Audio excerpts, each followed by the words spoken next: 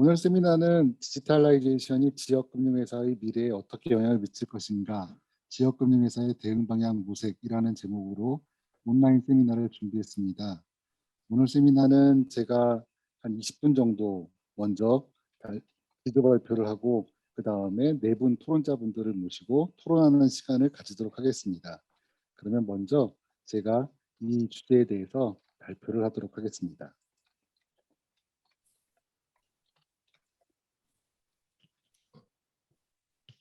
예, 안녕하십니까. 금융연구원 이규복입니다. 오늘은 디지털라이제이션이 금융회사의 미래에 어떻게 영향을 미칠지, 그리고 지역금융회사의 대응 방향은 어떻게 진행되어야 하는지에 대하여 제 생각을 말씀드리고 또 토론자분들의 고견을 들어보고자 합니다. 오늘 말씀드릴 목표는 간단히 서론을 설명드리고 현재 지역금융회사의 기업 및 현황, 그리고 디지털라이제이션이 지역금융회사에 미치는 영향, 그리고 이에 따른 대응 방향, 추가적인 논의사항에 대하여 말씀을 드리겠습니다. 최근 디지털라이제이션으로 금융산업이 변화되고 있다는 이야기를 저희들이 많이 듣고 있습니다. 여기 적힌 다양한 디지털 기술들이 사실 금융상품과 서비스와 연관된 상당한 부분의 변화를 가져오고 있고, 이러한 변화는 더욱 크게 진행될 것으로 예상되고 있습니다. 디지털라이제이션을 여기서 일일이 설명하지는 않겠는데요. 이처럼 디지털 기술이 발달하여 금융상품과 서비스에 광범위한 영향을 주게 되면 금융회사들, 특히 특정 금융업권이 자신들의 영역이라고 생각했던 부분들의 다른 업권 금융회사나 핀테크의 진입이 용이해지고 고유 영역에 대한 경계가 붕괴될 가능성이 굉장히 높습니다. 특히 뒤에서 보다 자세히 말씀을 드리겠지만 지역이라는 공간적인 고유 영역은 디지털에서는 의미가 별로 없어지게 됩니다. 이 경우 특정 지역에 있는 고객들은 과거에는 이용할 수 없었던 다른 지역의 금융상품과 서비스도 이용 가능하게 되므로 이용하는 서비스의 양과 질이 높아질 수 있습니다. 그런데 지역을 토대로 영업을 하던 지역금융회사의 위상은 상당히 흔들릴 가능성이 높습니다. 그러므로 지역금융회사 관점에서의 고민이 깊어지는 시기이므로 이에 대한 이야기를 오늘 해보고자 합니다. 사실 미디어를 통해서는 주로 디지털 금융이 발달하면서 은행의 역할이 어떻게 바뀔까 등에 대한 논의가 많이 이루어지고 있는데요. 그런데 우리나라에는 기본적으로 예금을 수취하고 대출을 제공하는 예금 취급기관에는 은행뿐만 아니라 상호금융과 저축은행이 있습니다. 이들은 각각 조합원, 서민, 중소기업을 중심으로 지역사회에서의 자금 중개 기능을 주로 담당하고 있습니다.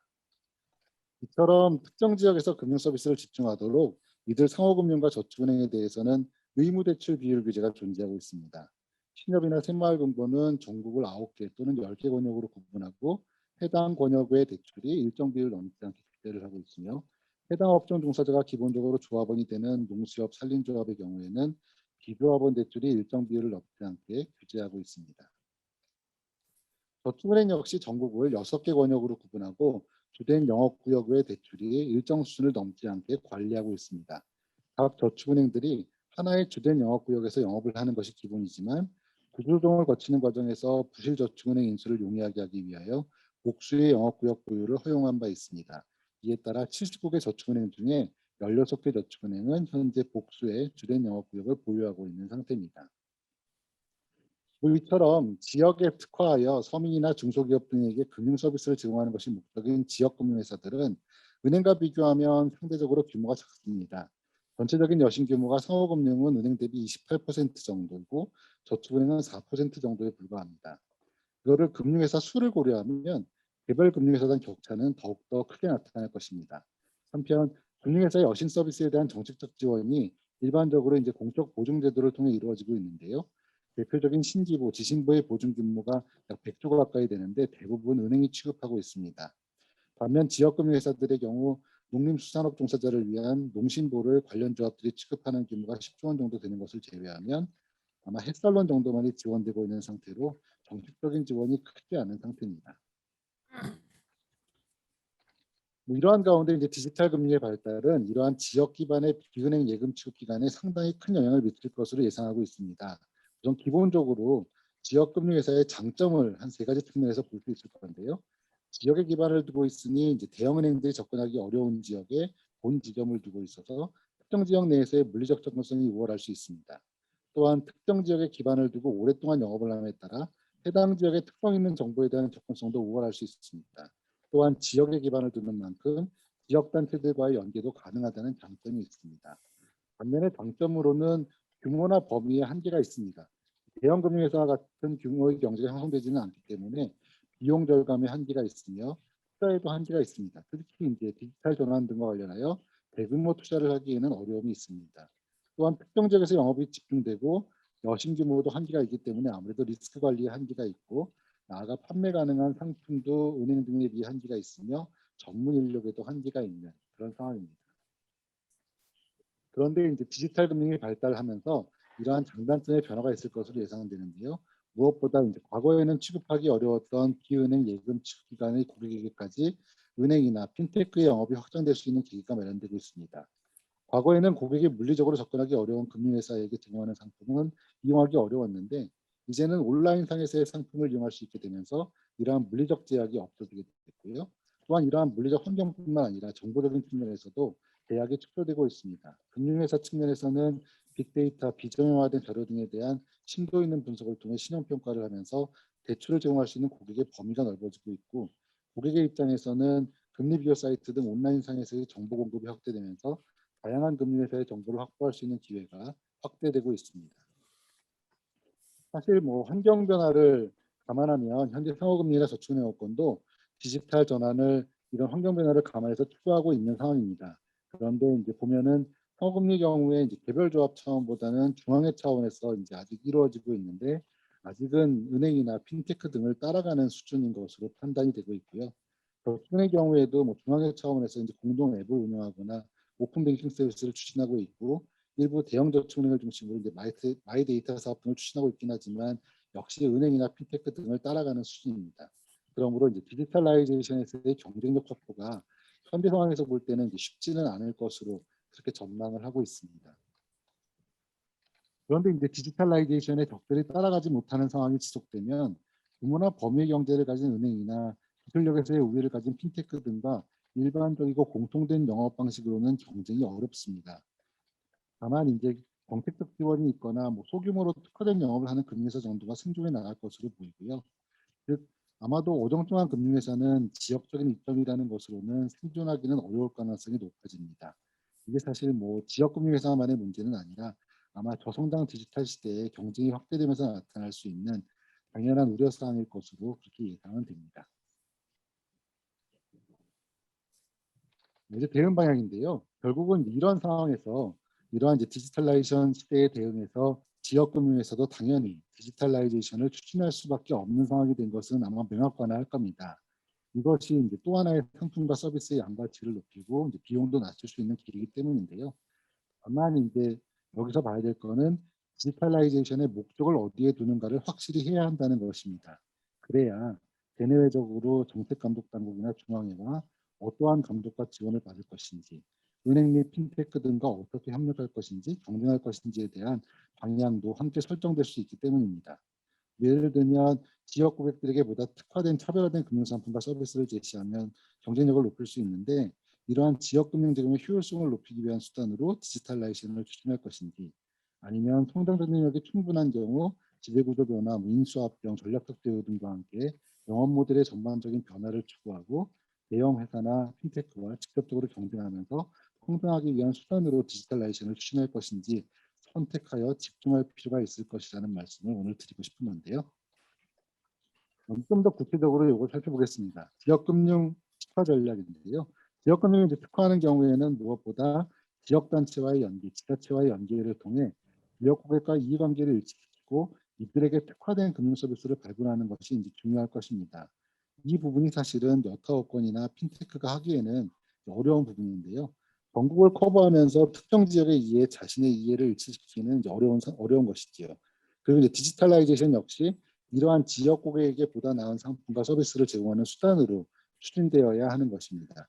즉 대형 금융회사나 핀테크 등은 결국 거래에 기반한 금융회사를 제공하므로 개별 고객에 대한 맞춤형 관계형 서비스를 제공하는 데에는 한계가 존재하기 때문인데요. 그거를 이제 조금만 더 말씀을 드리면은 일반적으로 이제 소형은행과 대형은행, 핀테크 기업의 대출 서비스의 차이를 보면은 이제 여기 보여드리는 표와 같이 이제 구분을 하고 있습니다. 즉 영업에 있어서 지역 위주의 소형은행들과 대형은행들이 가지는 가장 큰 차이는 대형은행은 경성정보에 근거한 거래형 금융 서비스를 제공하는 반면 소형은행들은 연성정보에 근거한 관계형 금융 서비스를 제공한다는 것이 이제 가장 큰 특징입니다.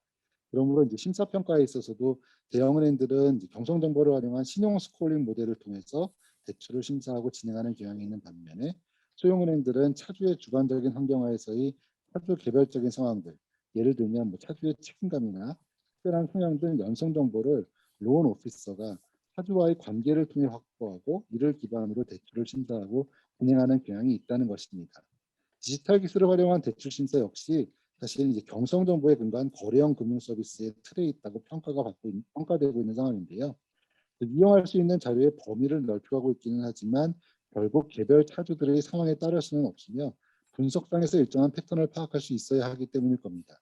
그러므로 과거보다 많은 양의 재무 정보를 활용할 수 있고 나아가 비재무 정보에 대한 이용도 가능해질 수는 있지만 해당 정보는 일반적으로 이제 경성 정보여야 가능한 것이고요. 정보에 기반한 신용평가 분석을 시행하기 때문에 고객과 관계를 맺을 수는 없고 결국 거래형 금융 서비스를 제공하게 되는 겁니다. 그러므로 이제 디지털 금융이 발달할수록 경성 정보에 기반한 거래형 금융 서비스가 일정 부분 관계형 금융 서비스를 잠식시켜 나갈 수는 있지만 관계형 금융 서비스를 이용하는 차주들을 모두 흡수할 수는 어렵다는 게 일반적이고요.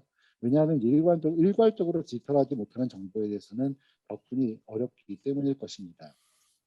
결국은 이렇게 이들 관계형 금융 서비스를 제공하는 금융회사들의 경우에는 그 다른 대형 금융회사나 핀테크들과 경쟁이 아닌 협력을 통한 디지털라이제이션이 추구될 수 있는 그런 것이고요. 이러한 가운데 개별 고객한테 적합한 맞춤형 관계형 금융 서비스를 제공하는 것으로 차별화하여 고객의 니즈를 충족하고 고객의 로열티를 계속해서 확보해 나가면서 지역에서의 자리를 잡혀나가는 방식이 아마 지역금융 특화 전략이 될 것입니다. 이런 이제 지역금융 특화 전략 을 펼쳐나가는 데 있어서는 정책적인 지원도 사실은 중요할 수 있는데요. 왜냐하면 기본적으로 이러한 차별화가 중요한 것이 차주 입장에서뿐만 아니라 대출 영업이라는 전반적인 금융산업의 큰 틀에서도 굉장히 중요하기 때문입니다. 왜냐하면 금융산업 전체 입장에서 보면은 관계형 금융에서 확보된 정보들이 결국 새로운 데이터로 자리를 잡게 되기 때문이죠. 이렇게 새로운 데이터가 계속해서 진입하여야 결국에는 경성정보가 더 풍성해지고 대출 심사의 개선도 가져올 수 있기 때문입니다. 그러므로 이제 이러한 관계형 맞춤형 금융 서비스가 계속 지원될 수 있도록 정책적으로 지원하는 것도 되게 중요한데요. 한 두 가지 측면만 간단히 말씀을 드리면 첫째는 그 연성 정보에 대한 관계를 형성하는 데 있어서는 후기 비용적인 측면에서 상대적으로 고비용이라는 단점이 있습니다. 그렇기 때문에 이를 지원해 줄 수 있는 체계가 마련될 필요가 있을 거고요. 둘째는 현재 지역금융회사에 대한 규제 체계가 지역의 특성을 고려해서 영업을 할 수 있도록 구성되어져 있기보다는 여타 금융권과 동일하게 획일적인 체계로 구성되어져 있기 때문에 지역금융회사가 지역의 특성에 맞게 다양한 여건을 고려해서 영업을 할 수 있는 체계로 변화시켜야 지역금융회사들이 지역에 특화해 나갈 수 있는 여건을 만들어 나갈 수 있을 것입니다. 조금 더 이제 디지털라이제이션으로 돌아와서요. 특히 이제 디지털라이제이션과 관련해서 지역 특화 금융회사들의 경우에 디지털라이제이션을 이제 결국에는 추구해야 될 필요가 있는 건데요. 이렇게 이제 추구할 때 그 디지털라이제이션을 지역 금융회사들이 모여서 함께 추구하는 것이 가능합니다. 왜냐하면 각각 개별 지역에서 특화된 금융을 제공하는 금융회사들의 경우 고객 간 중복이 적으므로 공통된 백오피스 기능 등에 대해서는 보다 적극적으로 협력해서 디지털 전환이 가능하기 때문입니다. 그리고 이러한 디지털라이제이션에 중앙회가 적극적으로 개입할 수 있을 것인데 특히 중앙회라고 해서 뭐 중앙회사나 모든 금융회사나 조합에게 적용 가능한 디지털라이제이션을 추구하는 것도 필요하겠지만 이렇게 지역 특화된 금융회사들 중에서 이해관계가 맞는 그룹을 소그룹으로 모아서 필요한 부분을 추진하는 것도 굉장히 중요한 부분이 될 것입니다. 이러한 부분의 이제 대표적인 예가 이제 미국의 크레딧 유니언 서비스 오거나이제이션인데요. 이 부분은 화면을 참고하시면 될 것 같고요. 다음에는 이제 특히 이제 중앙회 차원에서 직접적으로 디지털라이제이션을 추구하기도 하겠지만 이러한 이제 지역 특화 금융회사들은 은행이나 핀테크 등과의 협업 체계를 이루는 것도 매우 중요합니다. 왜냐하면 거듭 말씀드리지만 제공되는 서비스가 차별화되어 있기 때문인데요. 그러므로 이제 지역 금융회사나 은행과 핀테크들이 함께 모여서 고객을 서로 소개하고 공유하는 등이 가능하고 핀테크 등의 기술을 제공하는 것도 가능할 것이므로 이를 적극적으로 활용해서 함께 나갈 필요도 있을 것입니다. 다음은 이제 성장 전략인데요. 지역금융회사에만 머물러 있기보다는 대형은행이나 핀테크 등과 직접 경쟁을 하는 것도 충분히 가능합니다.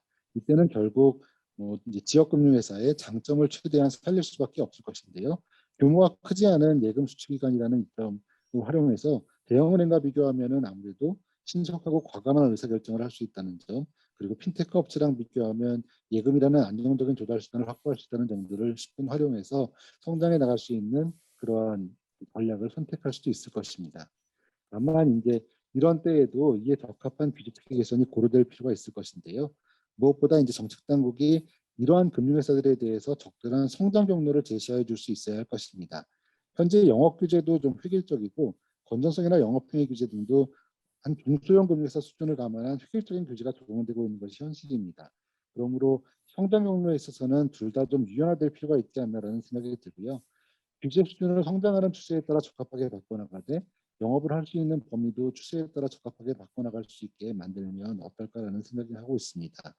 이 경우 이제 결국 경쟁에서 도태되면 당연히 퇴출될 수 있어야 하고 지역금융회사가 성장하는 바람에 소외된 지역이 나타나면 이에 대한 신규 진입을 적극적으로 유도해서 그 기업에 들어와서 잘 영업하고 또 성장할 수 있게 해주는 것도 중요한 부분이 될 것입니다. 제가 말씀드리고 싶은 부분은 사실은 이제 여기까지였고요. 그 다음에 이제 제가 다 담지 못한 내용들도 많이 있습니다. 그래서 특히 이제 제가 미처 내용에 넣지 못했지만 추가로 논의되었으면 하는 내용을 한 3가지 정도 추가로 이제 제시를 하고자 하는데요.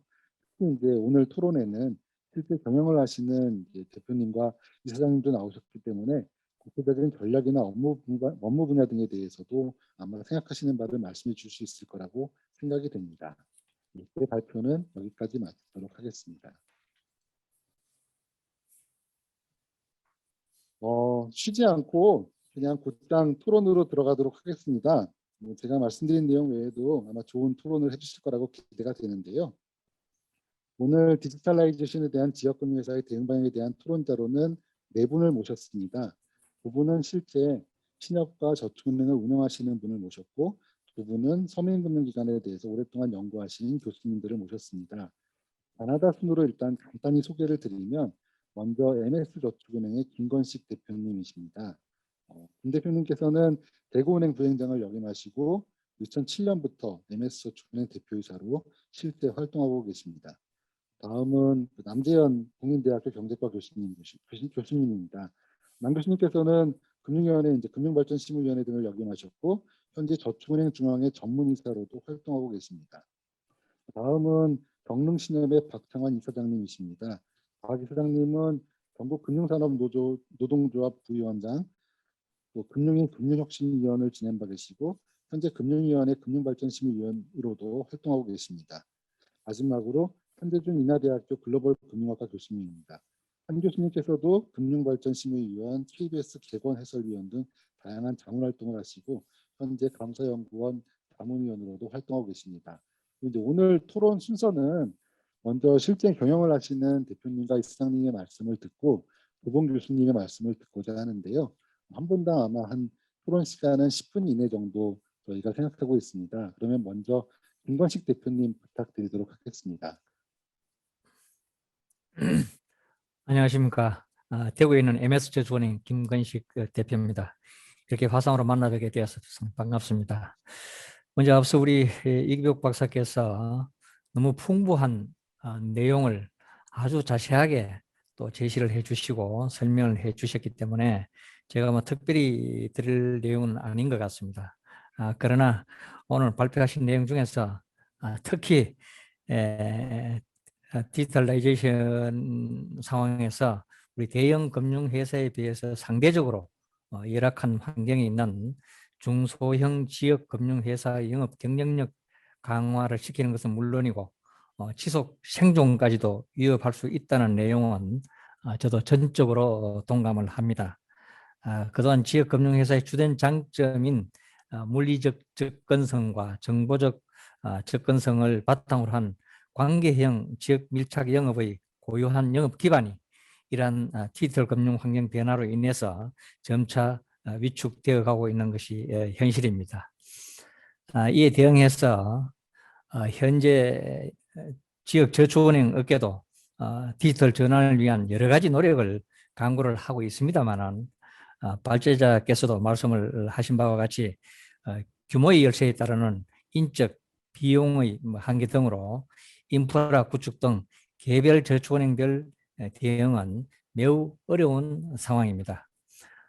따라서 현재 저축은행 중앙회를 중심으로 공동금융 플랫폼인 우리 비대면 채널 SB톡톡 플러스를 지금 현재 운영을 하고 있고, 핀테크 업체 등과도 일부 업무를 제휴를 해서 디지털 금융 서비스를 제공을 하고 있습니다. 아울러서 오픈 뱅킹도 앞에서 말씀드린 바와 같이 3월부터 아마 이용 기간으로 참여하는 등 자체 경쟁력 확보를 위한 노력은 하고 있습니다만 대형 금융사들에 비해서 많이 부족한 것도 사실입니다. 오늘 발표자께서 다양한 대응 방안을 많이 제시를 해 주셔서 충분한 그 이해를 했고 또 내용도 아주 풍부하다고 생각을 합니다만은 저는 오늘 지역금융회사의 자체 대응 노력과 아울러서 새로운 환경 속에서 우리 금융당국의 정책적 지원 필요성에 대해서 앞에 발제자가 말씀하신 내용에 덧붙여서 몇 가지 보충해서 말씀을 드리고자 합니다. 먼저 저축은행 그 영업구역 규제 개선 관련입니다.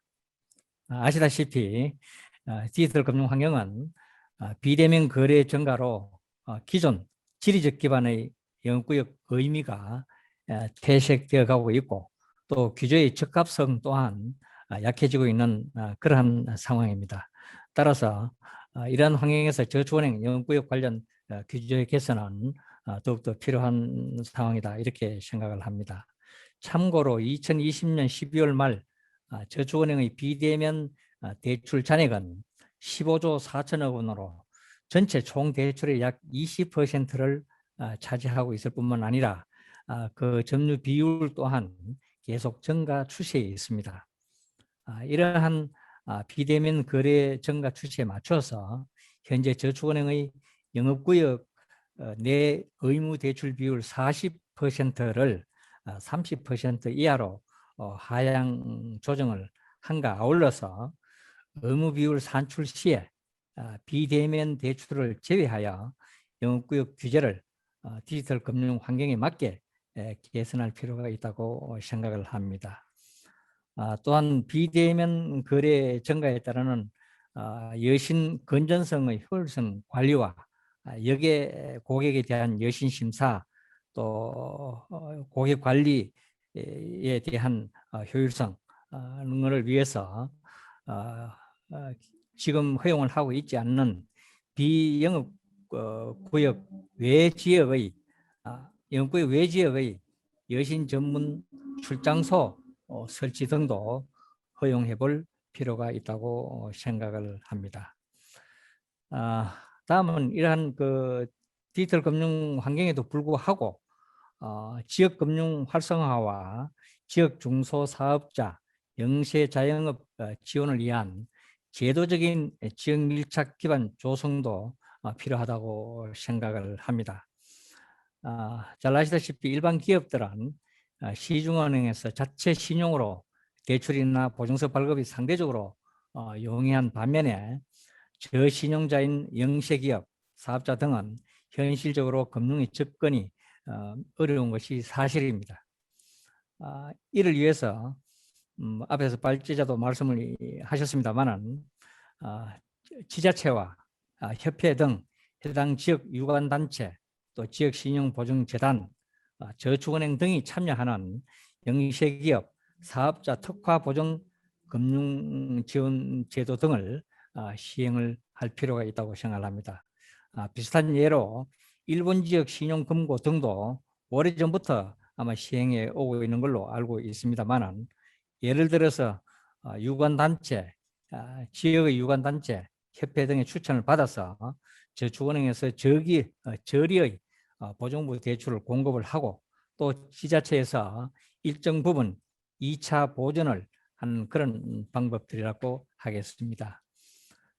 또한 관련해서 현재 한국은행에서 현재 지방 중소기업 지원을 위해서 시행되고 있는 한국은행 금융중개지원대출 취급 기관에 현재는 일반 시중은행만 참여를 하고 있습니다만은 저축은행을 포함하여 저축은행 이용 중소기업의 금융 비용 부담을 완화할 수 있고 또 은행을 이용하지 못하는 중소기업에 대한 금융 지원 확대를 유인할 필요성이 있다 하겠습니다.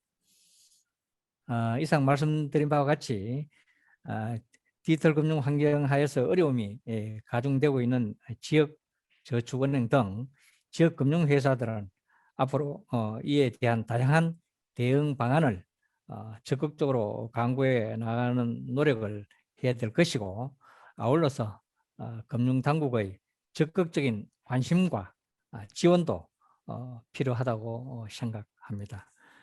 간단하지만 제 의견은 이것으로 대하겠습니다. 고맙습니다. 예, 대표님 감사합니다. 네, 지역금융 저축은행들이 자체로 노력해야 될 것과 또 금융당국이 이제 정책적으로 좀 지원할 부분들, 특히 이제 영업구역 개선 관련된 부분과 보증 지원 관련된 부분에 대해서 주로 이제 말씀을 해주신 것 같습니다. 감사합니다. 다음은 박 부장님 부탁드리겠습니다. 네, 안녕하세요. 정릉신협 이사장 박창원입니다. 코로나19로 인해서 금융뿐만 아니라 세상은 디지털화와 비대면화가 가속되고 있습니다. 이러한 때에 금융연구원이 준비한 오늘 이 세미나는 향후 우리 신협을 비롯한 상호금융이 디지털 전략을 어떻게 구사해야 할지에 대한 좋은 길잡이가 될 수 있을 것 같습니다. 세미나를 준비해 주신 모든 분들께 감사드립니다. 저는 오늘의 주제와 관련하여 신협 이사장으로서 그 상호금융권에서 디지털 금융을 바라보는 시각과 디지털 금융의 안정적인 발전을 위해 정책 당국에 바라는 바를 중심으로 말씀드리겠습니다. 본격적인 의견을 말씀드리기 전에 먼저 디지털 금융과 관련하여 은행과는 다른 상호금융의 특성에 대해서 말씀을 드리겠습니다. 첫째, 상호금융은 전통적으로 멤버십에 기반한 밀착형 금융조직이며 대면 영업에 기반한 관계형 금융회사로서의 특성이 있습니다. 그러니까 상호금융이 익숙하고 잘할 수 있는 영역은 페이스 투 페이스이지 언택트가 아니라는 말씀입니다. 둘째는 고객 구성입니다. 상호금융은 은행과 비교하면 주된 고객층의 연령이 높고 급여 생활자보다 1차 산업 종사자나 자영업자가 많으며 소도시와 지역 소재 조합이 다수 분포되어 있습니다. 이는 주 고객층이 디지털 환경에 익숙하지 않다는 의미입니다. 셋째, 상호금융은 각각의 조합이 독립된 형태의 경영을 합니다. 신협의 경우 자산 규모가 50억 원이 안 되는 조합부터 1조 7천억 원이 넘는 조합까지 비교가 안 될 정도로 다양하며 각각의 조합이 취급하는 상품이나 금리도 조금씩 다릅니다. 이러한 개별 조합 간의 자산 규모, 업무 형태 등의 차이로 디지털 금융에 대한 수용력 또한 천차만별이라 일관된 디지털 정책의 어려운 구조입니다. 특히 상호금융의 디지털 전환은 대부분 개별 조합이 아닌 전산 시스템을 운영하는 중앙회 단위에서 추진합니다. 중앙회가 조합들의 의견을 수렴하여 조정하고 최종적으로 디지털 정책을 입안하여 시스템을 구축하는 프로세스로 운영됨에 따라 디지털 금융의 핵심인 빠른 의사결정과 적용이 구조적으로 어렵습니다. 이런 제반의 사정을 고려할 때 상호금융에 있어서 디지털 금융의 확산은 다른 금융회사들보다 더 큰 위협 요소로 다가올 수밖에 없는 게 현실입니다. 그러나 현실이 그렇다 하더라도 디지털 금융의 확산은 거대한 흐름이기에 상호금융만 외로운 섬으로 남아있을 수는 없을 것입니다. 다음으로는 디지털 금융이 상호금융에 미칠 영향을 살펴보겠습니다. 현재 디지털 금융과 관련하여 정책 당국의 기조는 개방과 혁신이라고 봅니다. 오픈뱅킹이나 마이데이터와 같이 오픈 API를 통해 전통적인 금융권 이외에도 핀테크 등 혁신적인 플레이어들의 참여가 가능한 환경을 만들어 경쟁과 혁신을 유도함으로써 금융 소비자의 편익을 높이겠다는 것이 정책의 기본 방향일 것입니다. 그러나 경쟁의 강화는 필연적으로 비용의 증가를 수반합니다. 상호금융 또한 타업원과 마찬가지로 플랫폼 구축 및 유지를 위한 대규모 자본 투자 이외에도 고객 유지 관리를 위한 수수료 수익 감소, 예금 유치를 위한 조달 금리 상승, 마케팅 비용 증가 등의 수익성 악화가 예상됩니다. 네, 일반적으로 디지털 금융의 경쟁력을 플랫폼 서비스, 마케팅, 상품으로 볼 때에 상호금융권은 플랫폼 서비스 및 마케팅에서는 열의, 상품에서는 상대적 우위를 점할 수 있을 것으로 판단됩니다. 그러나 아무리 좋은 상품이 있어도 고객이 모이는 시장이 없으면 팔 수가 없습니다. 금융의 플랫폼화로 금융에서도 제조와 판매의 분리가 빠르게 진행되고 있으며 디지털 금융은 이를 가속화할 것으로 예상됩니다. 다만 상호금융은 시중은행과 달리 전통적으로 저축형 금융의 특성이 있다는 점입니다. 고객들이 결제자금을 예치하고 이용하는 은행들과 달리 상호금융은 재산 형성을 위해 목돈을 예치하거나 저축하는 고객이 많습니다. 이것은 상호금융에 있어서 한편으로는 위협이자 기회이기도 합니다. 고원가성인 저축예금은 상호금융에 몰리고 저원가성인 결제성 예금은 은행으로 집중되는 양극화가 심화될 수 있다는 위협 요인도 있지만 상호금융이 경쟁력 있는 비대면 채널을 운영한다면 결제 기능의 강화와 이에 따른 저원가성 요구불 예금의 증가를 도모할 수 있을 것이기 때문입니다. 또 하나, 상호금융은 데이터의 수집, 분석 및 활용에 대해 상대적인 어려움이 있습니다. 신협과 같은 상호금융은 지역 밀착형 금융기관으로서 조합원과의 유대관계가 강하다는 것이 전통적인 강점이지만 그것 때문에 역설적으로 고객 정보의 수집, 축적에 대한 인식 정도는 높지 않는 것 같습니다. 다음은 우리 신협을 중심으로 디지털 확산에 따른 상호금융의 대응 현황 및 방향에 대해서 말씀드리겠습니다. 신협의 디지털 전략은 큰 방향은 같은 것은 같게, 다른 것은 다르게입니다. 신협이 금융을 취급하는 기업, 즉 엔터프라이즈이긴 하지만 조직 형태는 밀착형 협동조합, 즉 어소시에이션입니다. 따라서 디지털 전략도 다른 금융회사와 같은 금융의 영역은 고객의 편의성 극대화에 초점이 맞춰져 있지만 일반 금융회사와 다른 협동조합의 영역은 신협의 특성을 반영하는 데에 중점을 두고 있습니다. 일례로 작년 1월 21일에 출시한 신협의 모바일 앱 온뱅크는 카카오뱅크를 비롯해 타 은행에서 제공하는 최신 기술을 적용하여 조회, 이체 등 핵심 기능을 사용하는 데 있어서 그 어느 은행보다도 편의성을 극대화하였습니다. 또한 작년 8월에 종이 없는 창구 조성 및 금융거래에 따르는 소비자의 시간 단축을 위해서 전체 신협의 업무 프로세스를 표준화하였고 디지털 창구 서비스를 개시하였습니다. 이런 것들은 은행과 같은 금융 영역의 디지털 서비스는 은행 이상의 또는 최소한의 은행과 같은 수준으로 적용한다는 예입니다. 은행과 다른 것은 신협의 특성을 반영하여 다르게 합니다.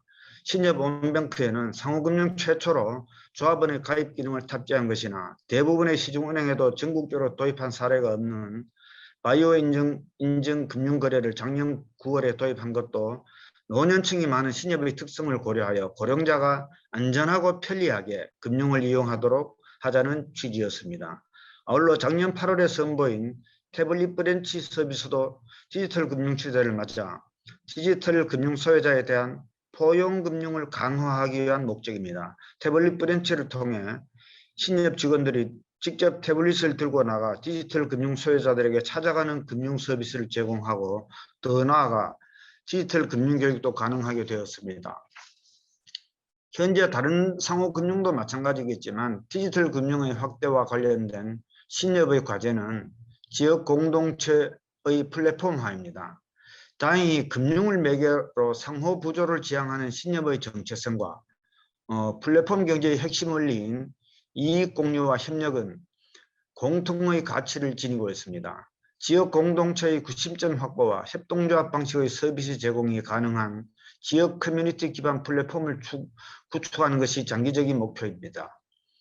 플랫폼은 자영업자 조합원의 영업활동과 소비자인 조합원의 구매활동을 매칭함으로써 참여자의 실질적인 편익을 높이는 방향으로 구축할 것이며 조합원은 플랫폼을 통해 금융뿐만 아니라 문화, 여가, 생활 편의 등 지역 정보를 탐색하고 구매할 수 있게 될 것입니다. 이러한 과제를 실현하기 위해서 현재 신협은 초보적인 수준이지만 신협의 온뱅크를 통해 지역의 자영업자를 지원할 수 있는 할인 쿠폰을 발급할 수 있는 서비스를 개발 중에 있으며 나아가 개별 조합의 차원을 넘어 모든 신협에서 적립한 포인트를 신협 가맹점에서 사용할 수 있는 서비스도 연구 중에 있습니다. 끝으로 정책 당국에 대한 제안 또는 의견입니다. 최근 디지털 금융의 특성은 금융의 플랫폼화라고 말할 수 있겠습니다. 다 아시겠지만 기본적으로 플랫폼 비즈니스 모델은 대규모 자본을 수반하여 고객을 선점하고 다수의 활용에 의한 독과점적 이익을 얻는 구조입니다. 우리는 플랫폼 독과점으로 인한 폐해를 경험하고 있습니다. 배달의 민족으로 인해 소비자의 편리성은 향상되었지만 배달료를 별도로 지급하게 만들어 전체 배달 음식의 가격이 상승하였으며 종속된 영세 자영업자들의 비용 부담이 사회 문제가 된 사례를 경험하고 있습니다. 디지털 금융에 있어서도 2019년 12월에 서비스를 개시한 오픈뱅킹 서비스는 소수의 시정은행은 큰 폭의 유입이 발생한 반면 다수의 지방은행이나 특수은행은 유출이 발생하였습니다. 같은 은행 내에서도 이렇게 명암이 확연히 드러나는데 자체 플랫폼의 경쟁력이 낮은 상호금융은 대형 플랫폼에 종속될지도 모른다는 위기의식이 있습니다. 소비자의 편익을 위해 추진되는 디지털 금융에 의해 개별 금융권의 특성이 무력화되고 승자 독식에 의해 금융산업의 생태계가 무너지게 된다면 결국은 엄청난 독점과 폐해가 발생할 것입니다. 혁신은 계속되어야 되겠지만 종속의 심화와 독과점은 경계되어야 할 것입니다. 디지털 독과점에 따른 폐해를 방지하고 디지털 금융의 확대 국면에서 상호금융이 경쟁력 있는 플레이어로서 소비자 전체의 편익을 견인할 수 있도록 정책 당국에 몇 가지 고려를 해 주시면 합니다. 첫째, 상호금융이 유일한 강점이 있는 상품 경쟁력 측면에서 예탁금 이자 소득에 관한 비과세는 일몰 없이 항구화하여야 합니다. 이 제도는 76년에 법제화된 이후로 35년 동안 계속 일몰 연장 반복을 하면서 국회의원들의 생색내기용으로 전락했습니다. 2017년 금융행정혁신보고서에서도 서민의 재산 형성 지원이라는 원래 취지를 감안하면 비과세 조치의 영속화가 바람직할 것이라는 판단을 내리고 권고를 한 바가 있습니다. 그리고 미국이나 일본, 해외에서도 세제 지원하는 사례는 많이 찾아볼 수 있습니다. 둘째, 현재 상호금융의 조합원들은 시군구를 기본 단위로 영업구역이 정해지는데 이는 디지털 시대에 부합하지도 않습니다. 아까 우리 발제자께서도 말씀하셨다시피 이 공간적인 고유 영역이 붕괴되고 있는데 19세기 방식으로 규제한다는 것은 시대에 뒤떨어진 얘기가 될 것입니다. 그래서 최소한 온라인에서만큼이라도 조합원 자격이나 영업구역을 광역 단위 수준으로 확대하거나 신협중앙회 신용사업부를 인터넷 은행으로 전환할 필요가 있습니다. 셋째, 온라인상에서 비조합원 거래는 조합원 거래로 간주할 필요가 있습니다. 상호금융은 업권별로 정도의 차이는 있지만 모두 비조합원 거래 한도에 대한 규제를 받고 있습니다. 그러나 온라인은 언제 어디서 누구나 접근이 가능한 채널이라서 통제 및 관리가 어려운 특성이 있습니다. 넷째, 온라인상에서만 이루어지는 오픈뱅킹을 오프라인까지 확대할 필요가 있습니다. 오픈뱅킹은 기본적으로 언제 어디서나 누구나 쉽게 이동이 가능한 금융환경을 통해 경쟁을 촉진하고 서비스를 혁신함으로써 금융 소비자의 편익을 유도하는 정책 목적을 가지고 있습니다. 따라서 디지털 소외자에 대한 오픈뱅킹 서비스 접근성 제고와 온라인과 오프라인에서의 일관된 고객 경험, 금융회사별 강점 있는 채널 활용을 통한 과도한 손림 방지 등의 차원에서 오픈뱅킹 채널의 오프라인 확대는 최우선 과제로 추진할 필요가 있다고 생각됩니다. 다섯 번째, 이건 아까 MS저축은행의 우리 김 대표님께서도 말씀하셨는데 신협이 중소상공인들을 위한 금융 서비스를 제공할 수 있도록 현재 한국은행이 은행에만 지원하고 있는 금융중개 지원대출 제도를 신협에도 개방하여야 합니다. 마지막으로 디지털 금융 확대로 인한 디지털 금융 소외자에 대한 지원입니다. 수익성을 중심으로 경영하는 시중은행은 지점을 통폐합하고 떠나게 되지만 지역 기반의 상호금융까지 지역면을 외면할 수는 없습니다. 금융소외 지역이 확대된다면 엄청난 사회적 비용을 발생할 수밖에 없으며 결국 이는 국가적 손실로 이어질 수 있습니다. 따라서 지역의 상호금융이 이러한 사회적 비용을 줄이는 데 있어 적극적으로 역할을 할 수 있도록 정책적 지원이 필요합니다. 은행이 떠난 지역에서 손실이 나면서도 지역민을 위해 ATM기 등을 운영할 수밖에 없다면 이에 대해 운영 관리 비용을 지원하거나 상호금융이 농촌 지역의 중장년층에 대한 디지털 교육을 적극적으로 수행할 수 있도록 비용을 지원하는 등의 재정적 뒷받침을 적극적으로 고려할 필요가 있습니다. 감사합니다. 제 발표는 여기서 마치겠습니다. 예, 이사장님 감사합니다. 상호금융의 특성부터 시작하셔서 실제 디지털 금융이 이제 어떻게 영향을 미치고 있는지, 또 실제 지금 현재 신협에서 어떻게 디지털라이제이션 과정에서 이제 신협의 특성을 반영하고 있는지 잘 설명해 주셨고요. 또 이제 나아가서 이제 지역 공동체 이제 플랫폼화를 추진하는 비전도 알려주시고, 또 정책 당국에 이제 제안하시는 것들로서 비과세 혜택의 항구화나 영업구역의 합리화, 또 오픈뱅킹의 온라인 확대라든가, 그 금융중개 지원 대출과 또 디지털 소외자에 대한 어떤 지원에 있어서의 어떤 그 지원 방안들에 대한 말씀해 주셨습니다. 다음으로는 남재현 교수님 부탁드리겠습니다. 네, 안녕하십니까. 국민대학교의 남재현입니다. 우선 디지털라이제이션이 지역금융회사의 미래에 어떤 영향을 미칠 것인가, 지역금융회사의 대응 방향 모색이라는 주제에 한국금융연구원 온라인 세미나 토론자로서 이렇게 참여할 기회를 주셔서 감사합니다.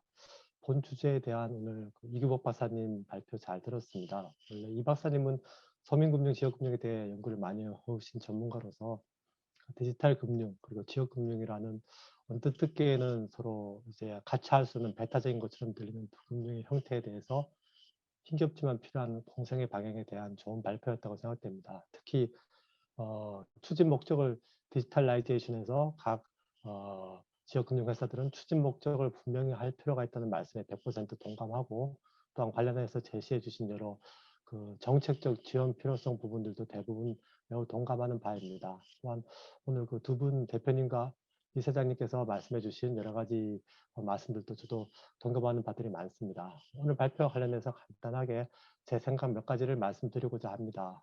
우선 우리가 지금 이야기하고 있는 이 디지털라이제이션의 개념에 대해서 명확히 했으면 합니다. 이게 관련해서 이전에도 컴퓨터를 이용해서 신용평가 기술을 하게 되는 경우 이것도 역시 디지털 기술과 관련된 금융행위이고, 이러한 단순한 컴퓨터를 이용한 신용평가 기술은 예전부터 계속 발전이 지속되어 왔지만 오늘 우리가 이 자리에서 논의하는 것은 이러한 발전에 대한 지역금융회사에 대한 영향의 논의는 아닌 것으로 보입니다.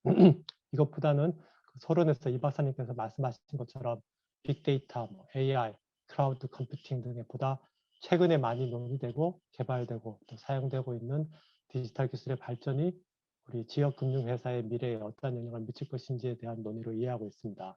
물론 이러한 최근 기술의 발전은 당연히 컴퓨터를 이용한 신용평가 기술의 발전에 엄청나게 금전적인 영향을 줄 것은 분명하긴 하고요. 그와 관련해서 오늘 발표에 디지털라이제이션이 지역금융회사에 미치는 영향에 대해서 발표자료 13쪽에서 보시면 디지털 금융 발달은 중소형 지역금융회사의 영업에 대해 경쟁을 강화시키는 방향으로 작용해서 지역금융회사의 주된 장점인 물리적 접근성 그리고 정보적 접근성이 사라지면서 지역금융회사의 고유 영업 기반을 위축할 것이라고 전망하고 있습니다.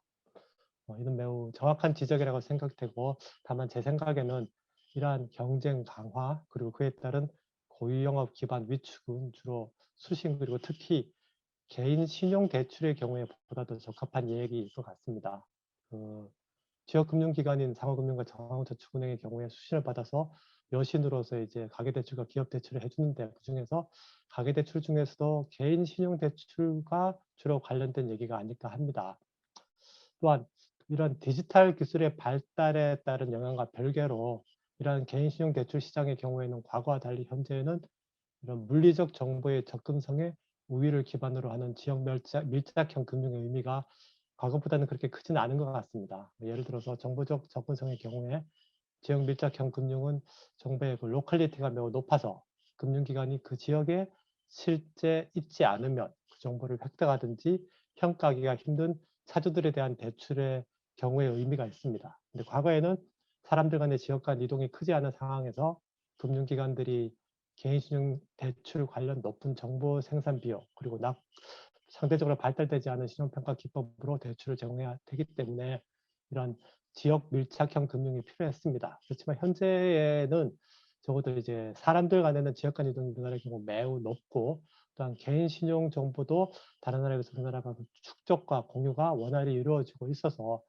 지역 밀착형 금융의 의미가 과거보다는 그렇게 크지 않은 것 같습니다. 즉 개인 신용 대출과 관련해서는 지역이라는 공간적인 고유 영역의 붕괴는 이미 우리가 지금 얘기하고 있는 디지털라이제이션이 본격화되기 되기 이전부터 그 대출 수요자의 특성 변화와 또 관련된 정보 축적 및 공유를 위한 제도의 정착으로 인해서 이미 상당 진행되어 오고 있었다고 생각이 됩니다.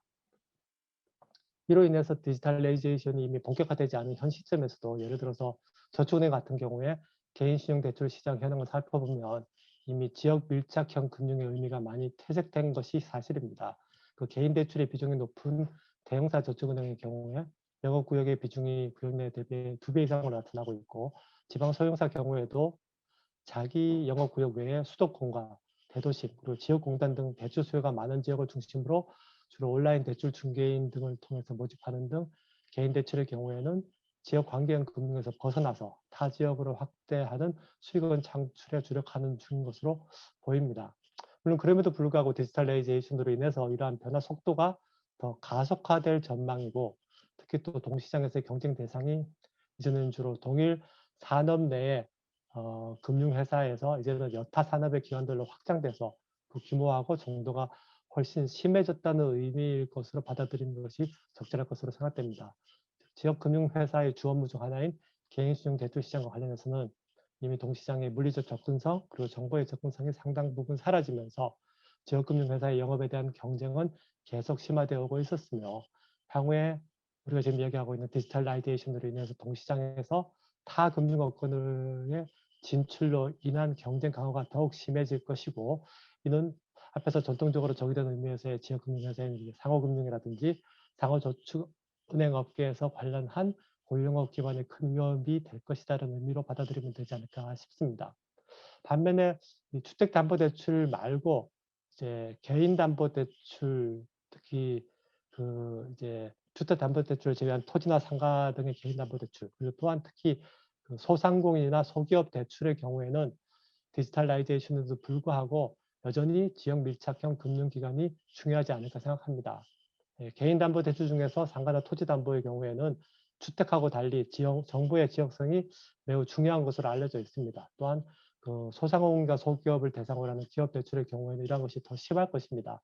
그 발표 자료 19쪽의 경성정보, 연성정보 비교에서도 알 수 있듯이 이렇게 커스터마이즈 하든지 사전적으로 시스템화하기 어려운 매우 다양한 형태의 소상공인, 소기업을 대상으로 하는 대출의 경우에는 연성정보의 역할이 매우 커서 이런 물리적인 접근성이 담보되지 않고서는 필요한 수준의 정보적 접근성을 획득하기 매우 어려운 것이 현실입니다. 그러므로 기업 대출, 특히 소상공인, 소기업 대출 시장이나 상가 및 토지를 대상으로 하는 개인담보대출의 경우에는 디지털레이제이션으로 인한 타업권의 경쟁 압력이 상대적으로는 약하지 않을까 예상해 봅니다. 이러한 관점에서 보면 결국 이규복 박사님께서 대응 방향으로 제시하고 계시는 두 전략 중에서 첫 번째, 지역 금융에 완전히 특화하는 전략의 경우가 주로 이 기업 대출 또는 주담대를 제외한 개인담보대출 중심의 영업 전략을 꾀하고 있는 지역 금융 회사들한테 적합할 것으로 생각됩니다. 이에 반해서 비대면 개인신용대출을 중심으로 광범위한 영역을 대상으로 영업하고 있는 최근의 몇몇 저축은행 경우에는 두 번째 전략을 통해서 여타 인터넷 뱅킹 등 타업권하고 경쟁하는 전략이 적절해 보일 듯 합니다. 이 정도가 제가 드리고 싶은 말씀이고 또한 그 발표 내용 중 좀 궁금한 게 있어서 이 박사님께 여쭤보고 싶은 게 이제 발표 간간히 뭐 예를 들어 18쪽에 지역금융 특화 전략 하단에 보면 지역 상황에 적합한 방식으로의 리스크 지원이라든지 아니면 20쪽에 지역금융회사가 지역 특성에 맞게 다양한 여건을 고려해 영업할 수 있는 체계를 변화시켜 나갈 필요가 있다. 23쪽에 디지털화 가능한 부분을 발굴하여 디지털화하여 대출 심사 및 관리 효율성을 높이고 비용도 절감 이라고 적은 부분들과 관련해서 혹시나 구체적으로 어떤 예시나 어떤 것들이 있으면 좀 들어보면 좋지 않을까 싶어서 생각하고 계신 바가 있으시면 좀 들어보고 싶습니다. 어떤 추가로 혹시 시간이 되시면 최근 뭐 신협도 그렇고 저축은행의 경우 특히 이제 심한 양극화 문제 우려가 많이 나오고 있는데 이제 오늘 이렇게 말씀하신 디지털라이제이션이 점점 심화될 경우에 이 양극화에 어떠한 영향을 미치게 될지 이 박사님 의견을 간단히 듣고 싶습니다. 네, 이상입니다. 감사합니다. 네, 남 교수님 감사합니다. 대출의 종류에 따라서 개인 신용대출이냐 아니면 개인담보대출이나 소상공인 소기업 대출인지에 따라서 어떤 전략이 더 타당한지에 대해서 잘 설명해 주신 것 같고 또 마지막에 또 저한테도 질문 주시고 이제 실제 경영하시는 대표님과 이사장님께도 질문 드렸는데요. 이 질문에 대한 답변을 일단 토론을 다 듣고 나서 같이 공유하는 시간 가졌으면 좋겠습니다. 마지막으로 토론 한재진 교수님께 부탁드리겠습니다.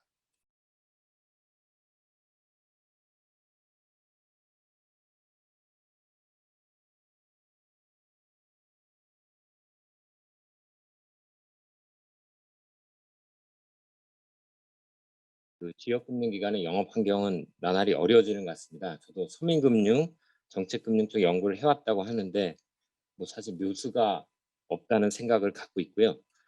사실 이게 뭐 어려운 게 지역금융기관만 그런 게 아니라 저금리이기 때문에 은행권도 예대마진 축소로 예수금 이외 수익원 발굴이 화두가 되고 있고요. 디지털화가 지금 뭐 상대적으로 지역금융기관에 나쁘다고 하지만 은행도 사실 빅테크, 그다음 마이데이터로 사실 어려운 상황에 있습니다. 제 말씀은 이제 뭐 지역금융기관이 어렵지 않다는 게 아니라 은행마저도 그렇기 때문에 대응 방안을 찾기가 사실상 매우 어렵다는 건 누구나 동감할 수 있을 거라 이런 말씀입니다. 지역금융회사를 일반 금융기관과 경영 환경에서 비교를 해보면 영업 범위가 다들 말씀하신 것처럼 한계가 있습니다. 그다음에 규모도 소형입니다. 소재지도 수도권 집중인데요. 지방입니다. 지방 경제가 위축되고 있는데요. 그러다 보니까 규모의 경제, 범위의 경제가 금융에서 필요한데 이 박사님 지적하셨던 건데요. 지역금융기관을 하기가 상당히 어렵습니다. 오늘 주제가 이제 디지털리제이션인데요. 특징은 뭐 다들 아시겠지만 비대면, 자동화 또는 전산화, 빅데이터 처리인데요. 온라인 채널로 지역 금융기관의 지역적 한계 극복 가능하다는 것은 장점일 수 있습니다. 하지만 전산화와 빅데이터 처리는 규모의 경제, 또 인력 전문성, 투자 여력이 있는 은행 쪽이 더 강점이 있을 겁니다. 반면에 대형은행이 최근에 인건비하고 뭐 경비 절감으로 위해서 대형은행 점포를 축소하고 있습니다. 그리고 노년층이 지역금융기관의 경우 상대적으로 많은데 기술의 적응 속도 차도 있기 때문에 오히려 이러한 경우에 틈새 시장이 연결될 가능성도 있습니다. 아마 정릉신적 이사장님께 좀 지적해 주신 것 같고요. 하지만 또 말씀하신 것처럼 디지털 전환은 불가피하다고 생각됩니다. 그리고 경영하는 데 요지는 금융기관 경쟁이 격화되기 때문에 현실적으로 디지털 전환을 안 할 수는 없는 상황인 것 같습니다. 그래서 제 생각에 이제 대응 방안을 4가지를 생각을 해봤는데요. 물론 3가지고 나머지 하나는 감독당국 쪽입니다만 뭐 다 오늘 하신 것처럼 디지털화에 나서서야 될 것 같습니다. 신협의 온뱅크 말씀해 주셨고요. 농협은 오픈뱅킹, 저축은행은 SB톡톡을 운영하고 있는 식으로 적극적으로 대응을 하는 게 필요할 것 같고요. 이 사례에서는 개별 기관보다는 중앙회 차원의 대응을 하셨는데 그렇게 나가야 될 것 같습니다. 그리고 중앙회라 하더라도 은행처럼 대형은행처럼 핀테크 자회사를 설립할 형편은 되게 어렵다고 저는 보입니다. 이 박사님께서 뭐 대형 금융사와 다이다이로 핀테크 업체를 키워가는 것도 고려해 볼 수 있다 하셨는데 전 개인적으로 어렵지 않나 싶은 생각을 하고요. 그래서 그다음 할 수 있는 게 현실적으로 뭐냐면 향후 성장 가능성이 높거나 이용 편의성이 핀테크 회사가 지역은행, 뭐 저축은행이든 신협이든 도움이 되는 업체에 투자를 한번 해보시는 방식은 어떨까? 뭐 이 업체가 그러니까 키워서 잘 되면 뭐 플랫폼 경쟁에서 대안이 될 수 있을 것이라는 뭐 사실 뭐 실현 가능성이 높지는 않지만 이것도 한번 생각해 보시는 것도 어떨까 싶은 제안을 드립니다. 다음에 2번째는 경쟁 환경이 제가 말씀드린 것처럼 치열해지고요. 그렇다면 생존 방향을 전략적으로 설정하셔야 될 것 같습니다. 기본 방향은 다들 뭐 인식하고 계시겠지만 차별화, 그다음에 협업을 생각해야 될 것 같습니다. 협업으로는 지금 다들 그 저축은행도 그렇고 신협도 그렇고 공동유대거나 영업구역 확대를 말씀하셨는데 그렇게 하다 보면은 그 서로 지역금융기관 간의 경쟁을 제가 보기에는 할 수 있는 우려도 있어서 이런 방향은 좀 아닌 쪽으로 서로 협조를 할 수 있도록 신협이 저축은행하고 저축은행이 뭐 다른 또 농협하고 뭐 이런 아니면 또 대형은행과 어떤 면에서는 업무를 서로 분담한다든지 하는 공조 형식을 찾을 수 있는지 모르겠지만 노력은 필요할 것 같습니다. 사실 한국은 보증이 잘 허용이 되지 않아서 그런데요. 캐나다나 일본 같은 경우에는 A 지역 기관이 대출해 주는데 B 지역 기관이 보증을 씁니다. 물론 100%가 아니라 50% 아니면 30% 정도를 씁니다. 그게 이제 협업의 한 통로가 될 수도 있고요. 그다음에 부실이 났을 경우에 서로 손실 부담을 반반 나눌 수 있기 때문에 이런 것들이 되면 좋을 것 같은데 감독 당국이 허용하고 있지 않아서 이건 감독 당국의 어떤 전향적인 검토가 있었으면 좋겠다라는 생각을 해봤고요. 그다음에 협업은 중앙회를 중심으로 하는 게 맞을 것 같고요. 저축은행 같은 경우 중앙은행이 뭐 80개 가까이 되는 저축은행을 모두 다 중앙회로 협업시키기 어렵겠지만 4-5개 정도를 권역별로 묶어서 중앙회가 조정을 해주는 방법도 있지 않을까. 그래서 뭐 전산망, 백오피스, 신용평가 모델 제공을 중앙회가 뭐 전반적으로 도와주든지 아니면 어떤 그 권역이 되는 저축은행끼리 할 수 있도록 도와주든지 하는 것도 좋지 않을까 생각을 해봅니다. 사실 신협 경우는 중앙회만 CSS 시스템을 이미 제공하고 있고 선도조합을 통해서 단위 신협 조정을 하고 있는 걸로 알고 있습니다. 저축은행 측에서 특히 좀 더 생각을 해봤으면 싶은 거고요. 다음은 제가 이제 협업 말고 차별화를 말씀드렸는데요. 차별화에서 관계형 금융도 사실 차별의 한 방안이라고 생각을 합니다. 이 박사님, 남 교수님 다 말씀해 주셨는데 연성정보, 비정형화된 물건 담보, 뭐 토지를 남 교수님 말씀해 주셨듯이 이런 것들이 디지털리제이션 표준화되기까지는 시간이 걸릴 것 같습니다. 그래서 사실 이런 부분에서는 차별화로 강점을 가지실 수 있으면 좋겠고요. 대출의 사후 관리도 그 디지털리제이션이 되는데 현장 방문을 할 수는 없을 겁니다. 근데 지역금융기관은 이것이 가능하실 테니까요. 지금 저희는 이제 추심 업체가 전문적으로 있지만 이것을 신협이나 저축은행이 중앙회 차원에서 자회사를 설립해서 추심을 갖다가 전문화를 하면 사실 이쪽에서 추가적인 연성 정보도 얻을 수 있지 않을까. 그리고 또 차별화의 방안이 되지 않을까라고 생각을 해봅니다. 또 다른 차별화 방법은 금융상품 라인을 다변화시키는 걸 텐데요. 연금 상품이나 펀드 판매를 뭐 생각을 해봤습니다. 그다음에 세 번째는 중앙회 차원에서 어떤 자회사, 전문 자회사를 설립하는 방안, 그 이 박사님이 언급하신 CUSO, 쿠소 미국의 경우인데요. 이런 것들을 생각해 볼 수 있을 것 같습니다. 제가 얼마 전 신협연구소에서 신협의 성장 방안이라는 과제를 수행했는데요. 그때 사례 조사를 하다 보니 캐나다의 대잘댕 잘 알려져 있는데요. 자산운용, 리테일, 보험, IT 등 20개 이상의 자회사를 거느리고 수익 다각화와 또 중요한 전문화를 실현하고 있었습니다. 독일의 디지뱅크와 네덜란드 라보뱅크도 자산운용, 인터넷 증권, 부동산 금융 등에서 다양한 자회사를 설립해서 운영하고 있었습니다. 저희 신협 또 뭐 저축은행도 중앙회 차원에서 한번 고려해 볼 수 있지 않을까. 전문화뿐만 아니라 상품 라인업의 증대가 가능할 것 같습니다. 그리고 이렇게 할 경우에 전문 자회사에서 발생한 이익금은 지역사회 재투자 재원으로 사용할 수 있습니다. 지금 사실 뭐 여러 가지 문제도 있겠지만 지역 경제가 죽는다는 게 사실 지역 금융기관의 가장 큰 애로인데요. 재투자를 해서 지역 경제를 활성화시키는 것이 결국 지역 금융기관 또 지역 경제가 상생하는 방안이 될 수 있을 것이라 생각을 합니다. 그리고 이제 자회사 중에 신협의 경우 적용 가능한 것들을 제가 사실 그 보고서를 쓰면서 생각한 건데 자산운용, 공제사업, CU몰을 갖다 제안을 해봤습니다. 현재 아마 이사장님 아시겠지만 CU몰이라고 해서 신협 임직원만 대상으로 하는 내부 쇼핑몰이 있습니다. 질과 경쟁력을 강화해서 자회사 형태로 조직을 분화시키고 이용 대상자를 조합원으로까지 그러니까 내부 직원 임직원 말고요. 조합원까지 확대하는 방안을 한번 고려해 보는 것도 어떨까 제안을 드립니다. 그다음에 공제 상품 신협은 하고 있는데요. 생선보호 상품 모두 다 하고 있습니다. 근데 여기에 대해서 감독 당국은 리스크 관리 능력이 있느냐라는 우려를 제기하고 있는데요. 이 점은 뭐 신협에서 사실 중앙회 차원에서 제 생각에 시스템을 계속 구비해 나가야 될 것 같고요. 이것이 전제가 된다면 고령화 시대인데요. 그럼 퇴직연금이 이슈가 되고 있는데요. 신협은 공제사업은 하지만 퇴직연금에 참여할 수 없더라고요. 하지만 근로자 퇴직급여 보장법에서는 사실 신협을 막고 있지는 않습니다. 그런데 그 형태를 보험 계약이라고만 문구를 두고 있어서 공제 사업을 추가하면 공제 계약도 근로자 퇴직급여 보장법에 사용될 수 있다라고 추가를 해주면 사실은 이제 신협도 이 공제 상품 중에 퇴직연금을 취급할 수 있고 라인업을 늘릴 수 있는 방안이 되지 않을까라고 생각을 해봤습니다. 그다음에 자산운용은 이사장님 잘 알고 계시겠지만 사실 예금이 지역 조합별로 예금이 대출보다 훨씬 많지 않습니까? 그러니까 지역 조합의 대출 여력이 딸리기 때문에 결국 중앙회가 운영하는데 중앙회가 운영하다 보면 이해상충 문제도 있고 전문성 문제도 있습니다. 그래서 자회사로 이것을 분리해서 이해상충 문제를 없앨 뿐만 아니라 전문성도 배양할 수 있는 그런 이점이 있지 않을까라고 싶어서 제안을 드려봅니다. 다음 남은 이슈인데요.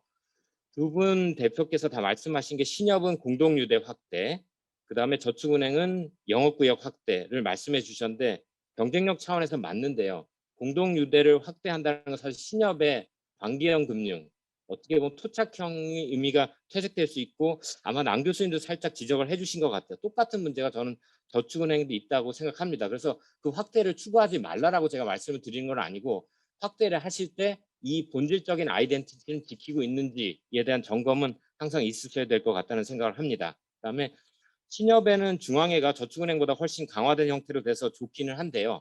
문제가 중앙회가 감독 기능도 하고 있는데 신용도 공급하고 자산운용도 하고 있습니다. 그래서 이해상충 문제 해결이 외부에서 보기에는 반드시 필요합니다. 물론 이제 신협 측에서 보기에는 내부 지배 구조를 상당히 2010년 전으로 개선을 했지만 아직도 감독 당국에서는 부족하다고 보는 시각이 있어서 이 점에서는 뭐 신협중앙회 같은 경우는 좀 더 노력이 필요할 것 같습니다. 그다음에 마지막인데 제가 이제 금융만 하다 보니 생각을 못했는데 지역은행 대 대형은행 구도를 감독 당국이 정말 말씀하신 것처럼 고민을 하셔야 될 것 같습니다. 예를 들면 이사장님은 이걸 갖고 어디 밖에서 대외적으로 쓰시면 될 것 같은데요. 신문에 보면 잘 나오는 게 대기업 마트 대 골목 상권 얘기가 많이 나오고 있습니다. 오늘 이사장님께서 금융 사각지대를 해소하자, 플랫폼 독과점을 해소하자라고 하는데 사실은 저희가 금융에서 얘기를 안 해서 그런데 어떻게 보면 금융도 제조 유통이거든요. 그다음에 제조에서 경쟁력이 있다면 유통의 문제인데 유통을 두고 대기업 마트 대 골목 상권 보호를 이슈로 삼아서 유통산업발전법이라는 것이 있어서 아시겠지만 마트의 영업일수, 영업시간을 제한하고 있습니다. 그다음에 지역화폐 논의도 이재명 지사가 불러일으켰지만 어쨌든 뭐 문제는 있지만 하여튼 이런 식으로 보호해 주는 것이 있는데 금융당국에서는 어떤 이유에서인지 사실 뭐 저도 이게 좀 지나치다는 생각은 하는데 어쨌든 다른 업권에서 하고 있으니 이렇게는 안 하더라도 이런 식의 어떤 시각은 있어야 되지 않느냐라고 화두를 불러오시는 데는 도움이 될 것 같고요. 그래서 사실 관계형 금융을 많이 저희가 얘기하는데 초기 설정의 리스크가 큽니다. 그런데 여기에 대해서 보증을 제공해주고 있지는 않거든요. 이국 박사님이 97조의 보증 중에서 보니까 햇살론 규모를 최대하도록 3조밖에 안 되면 사실 압도적으로 적기 때문에 보증을 제공해 주든지 중앙에는 사실 자체 보증기금을 설립하고 싶어하는 움직임이 있는 걸로 압니다. 근데 감독당국에서 불허하고 있는데 이런 것들 감독당국이 전향적으로 검토를 해주면 보증 제공 여력을 늘릴 수 있지 않을까. 그리고 아까 제가 말씀드렸던 것 중에 또 하나인데 서로 A 지역금융기관, B 지역금융기관이 한쪽이 대출을 다른 쪽이 부분 보증을 해주는 식으로 하면 서로 협업에 어떤 경험도 쌓을 수 있고 리스크 쉐어링도 될 것 같습니다. 그리고 다른 곳에서 제가 많이 말씀드리는 건데 자산 건전성 분류가 5개가 되어 있는데요. 지역금융기관에 대해서는 은행과는 좀 다른 방식으로 관계형 금융이라는 게 사실 요지나 고정으로 넘어가기 쉽지 않습니까? 그런 관계형 금융을 하라고 하면서 은행과 같은 기준으로 요지 고정 회수 의무를 분류하는 건 사실 앞뒤가 안 맞는다고 저는 생각을 합니다. 그래서 분류 기준을 좀 바꿔주시고 충당금 설정 시도 일반 은행과는 좀 차별화해주는 그런 전향적인 그런 검토가 있었으면 하는 바람이 있습니다. 제 토론은 이상으로 마치겠습니다. 네, 교수님 감사합니다. 교수님 그 다양한 제언을 해주신 것 같은데요. 실제 상호금융이나 저축은행 쪽도 디지털 관련된 기업에 투자를 하는 것도 고려해볼 필요가 있다. 차별화 관련해서 조합 간 서로 보증을 서는 문제라든가 중앙회 차원에서라도 이제 표심 쪽의 전문화해서 그쪽을 바탕으로 이제 또 다른 차별을 만들어 왔다든가 아니면 금융상품 라인을 어떻게 이제 다양화할 수 있을 것인지 예를 들면 자산운용이나 이제 공제조합이나 CEO몰을 확대한다든가 이런 부분들도 말씀해 주셨고 또 이해상 이제 이제 상호금융 같은 경우에는 이제 감독 기능 예보 기능, 또 신용 지원 기능 같은 것들이 이제 한꺼번에 자산운용 기능이 다 들어있는데 이해상충 문제를 어떻게 해결할 수 있는지라는 부분에 대한 문제점 좀 제시를 해주셨고요. 또 이제 지역은행과 대형은행 구조라는 틀에서 이제 그걸 이제 정책적으로 어떻게 이제 해결해 나갈 수 있는 방안이 있을지에 대한 모색도 필요하다는 말씀도 해주신 것 같고요. 또 중요한 이제 어떻게 보면은 질문을 하나 해주신 건데 이제 다 그 상호금융이나 저축은행 쪽에서 다 공동유대 범위를 확대하자든가 이제 영업구역을 확대할 필요가 있다는 이제 말씀들을 다 해주셨는데 이게 이제 어떻게 보면은 경쟁을 더 심화시키고 또 아이덴티티라는 측면에서 지역금융기관의 아이덴티티라는 측면에서는 아무래도 이걸 약화시키는 측면이 있는데 이렇게 이제 경쟁이 더 심화되고 아이덴티티가 약화되는 것에 대한 어떤 그 보완책 같은 부분들은 이제 어떻게 마련을 할 수 있을지에 대한 질문도 주신 것 같습니다. 그래서 이제 조금 그 서로 이제 질문들이 약간 있어서 남 교수님 뭐 저한테 주셨던 질문은 사실 좀 전에 한재준 교수님 답을 해주신 것 같은데요. 기본적으로 이제 리스크 관련된 지원이라든가 이제 지역과 특성을 감안한 혹은 이제 관계형 금융을 통한 이제 어떤 그 금융 서비스에 대한 리스크 지원은 저희가 이제 관계형 금융이라고 하면 이제 연성 정보를 연성 정보에 기반을 해서 이제 어떤 심사를 했으면 그 심사한 저에 맞도록 또 리스크 관리가 이루어져야 맞거든요. 방금 이제 한재진 교수님 말씀하셨지만 거기에 이제 근데 리스크 관리 부분 뭐 고정 여신 이하 분류를 한다든가 충당금을 쌓는 부분에 있어서는 저희가 이제 획일적으로 계속 모든 제도가 들어가 있으면서 앞단에서는 뭐 예를 들어 대안 신용평가를 쓰라든가 근데 대안 신용평가를 썼으면 그 다른 신용평가를 쓴 부분들이 관리 부분에도 당연히 반영이 돼야 되는 건데 그런 체계가 과연 우리나라는 아직은 되어 있지 않아서 그런 체계를 좀 만들면 좋지 않을까라는 말씀을 드린 거였고요.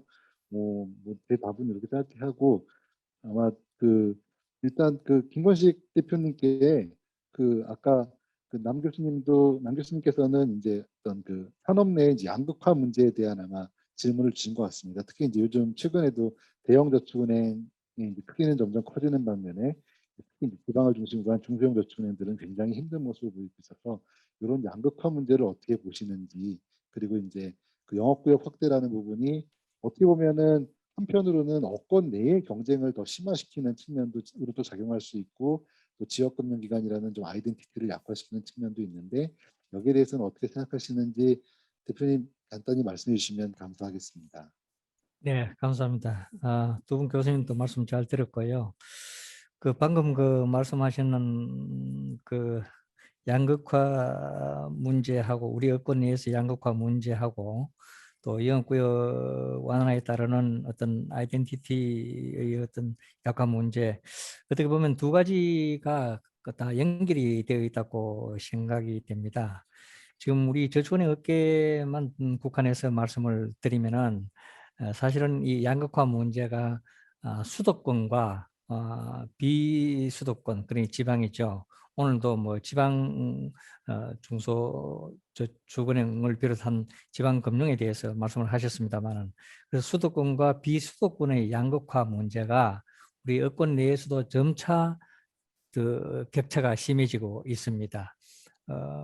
예를 들어서 수도권에 있는 대형 저축은행들은 아까 우리 발제자도 말씀을 하셨습니다만은 여러 가지 그 인프라 구축이라든지 이런 게 상대적으로 규모의 경제를 실현을 하는 반면에 지방에 있는 중소형 저축은행들은 그런 게 예치를 못해서 여러 가지 그 상품 면에서도 마찬가지고 또 고객 그 신용 평가 문제에서도 여러 가지 문제가 발생이 되고 해서 이게 영업 경쟁력과 관계가 되어서 점차적으로 오히려 양극화가 더 심화되고 있는 그런 현상입니다. 그래서 저희 여기에서는 특히 지방을 중심으로 한 중소형 저축은행들은 이러한 양극화를 해소를 하기 위해서는 지금 획일적으로 규제를 하고 있는 이런 영업구역 규제 문제를 좀 완화를 할 필요성이 있지 않나라고 관계당국에 지속적으로 건의를 하고 있습니다. 그래서 그 아까 우리 한 교수님 말씀하신 아이덴티티 약화 문제는 저희들이 판단할 때는 기왕의 양극화가 점점 심화되고 있고 수도권은 점점 더 커지는 반면에 지방은 점점 더 약화되고 있는 그런 현실이기 때문에 이거를 조금 더 양극화를 해소하는 차원에서 영구역 문제를 이야기를 하는 것이지 근본적으로 이렇게 함으로써 우리 여권 내에서 경쟁이 더 심화되고 지역 특성이라는 어떤 아이덴티티가 더 약화된다 이렇게는 생각을 하지 않습니다. 그래서 영구역 규제 자체를 완전히 하자라는 것이 아니고 이거를 비율을 점진적으로 좀 완화를 한다든지 말씀드린 대로 디지털 금융에 대한 그러한 내용들은 비율에서 산정을 할 때 이거를 감안을 한다든지 이렇게 해서 우리 추세에 디지털 금융 추세에 맞게끔 제도를 보완을 한다면은 저는 수도권과 지방의 어떤 양극화 문제는 좀 더 해소가 될 수가 있고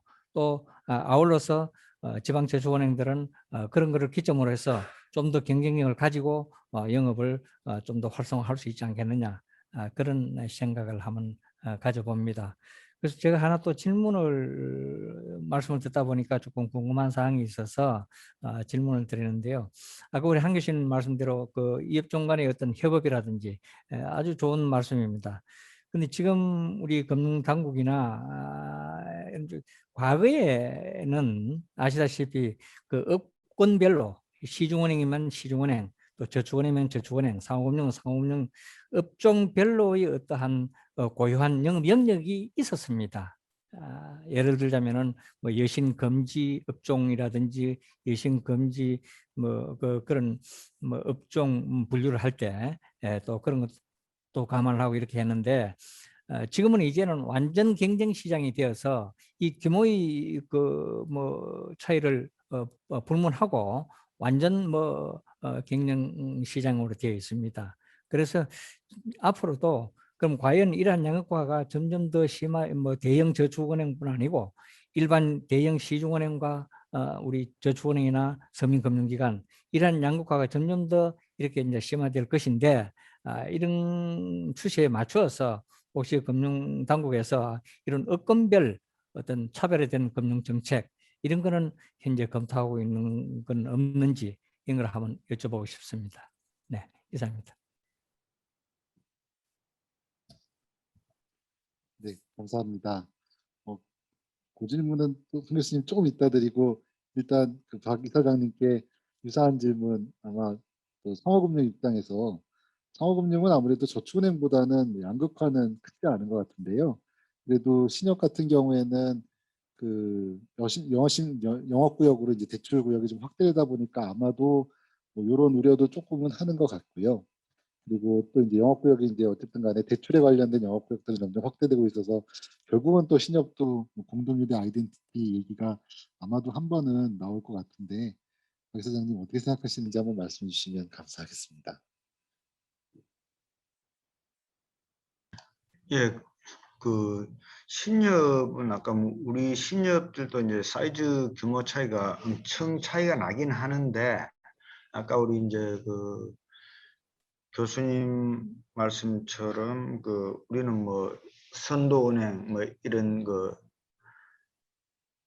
선도 조합이래 가지고 서로 좀 협동조합에 이게 뭐 7대 원칙에 보면 협동조합 간의 협동도 있습니다. 그래서 우리는 그런 어떤 구역에 따른 손님 현상을 방지하기 위한 뭐 내부적인 신사협정이랄까 협정을 통해서 그런 거는 자제를 하거나 아니면 오히려 지도 멘티 제도를 통해서 서로 지도해 주거나 이런 것들이 있기 때문에 그렇게 심각하게 현실적인 문제로 대두되지는 않고요. 다만 제가 이제 다른 말씀을 우리가 이제 신협이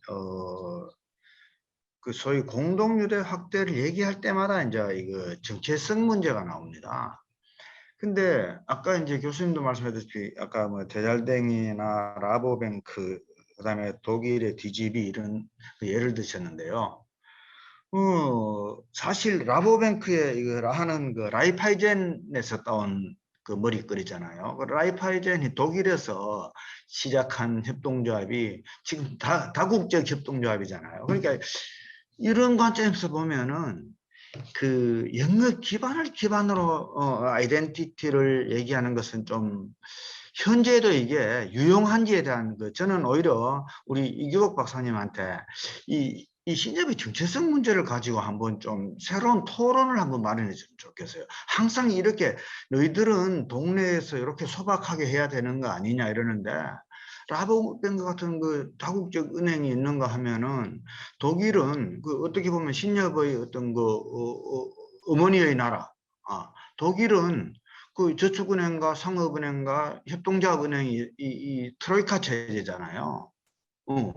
근데 우리는 이상하게 그 미국 신협법을 갖고 와서 후발인 이걸 가지고 자꾸 공동유대 이것만 노래한단 말입니다. 그리고 이 공동유대가 그러면 우리의 정체성을 훼손하느냐?